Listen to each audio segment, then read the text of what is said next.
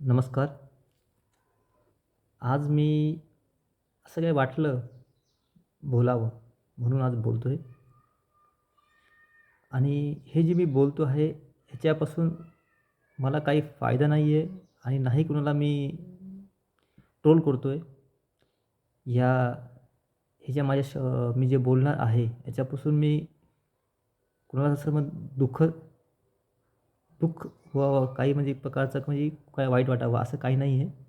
हे फक्त माझ्या मनाला वाटलं म्हणून मी बोलतो आहे.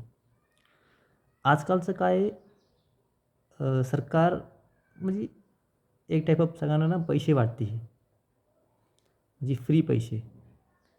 म्हणजे लेडीज लोकांना ₹1000 देते आहे. ना लाडकी बहीण योजना म्हणजे लई सारख्या राज्यामध्ये चालू आहे, की इलेक्शन आलं की ह्यांना पैसे वाटप कर, हे कर, ते कर.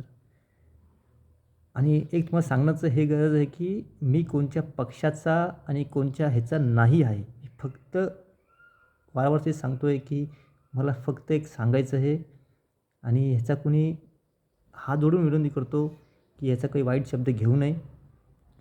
आता या संदर्भात काय जसं की ₹1000 भेटतात, तर ते ₹1000 किती दिवस टिकतात? ते टिकत नाही. आजकाल महागाई भरपूर आहे आणि ज्या बहिणींना, ज्या आयांना मी हात जोडून विनंती करतो, की आपण सरकारकडून पैसे घ्यावा नाही. सरकारला हे सांगावे, की आमच्या मुलांना नोकऱ्या द्या. आणि नोकऱ्या दिल्यावर काय होणार, की त्याचे मुलं, बायको, आई-बापं सॉरी आई-वडील ह्यांना ते सांभाळू शकतात.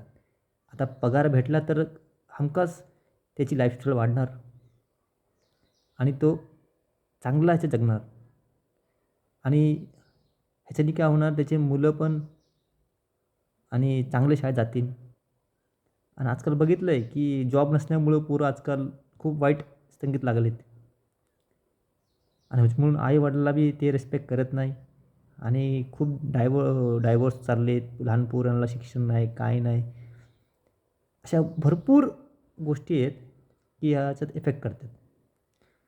म्हणून मी सगळ्यांना असं मनात असं वाटलं, की बोलावं आज म्हणून बोलतो आहे, की हे पैसे न घेता आणि सरकारकडून तुम्ही स्वतःच्या मुलांसाठी जॉब घ्या. कसाही जॉब असून दे, छोटा जॉब का असेना, थोडी ना थोडी आपली लाईफ चांगली बनते. म्हणून तुम्हाला हातोडी विनंती करतो, ह्या व्हिडिओचा कोणी गैरवापर घेऊ नये आणि जास्तीत जास्त ही व्हिडिओ तुम्ही शेअर करा. बल्कि ही जी व्हिडिओ अगर सगळ्यांना आवडली तर चांगलंच आहे आणि ह्याच्या माध्यमातून तुम्हाला चांगलं समजा सरकारने नोकरी वाढवल्या आणि तर खूप चांगलंच आहे. धन्यवाद.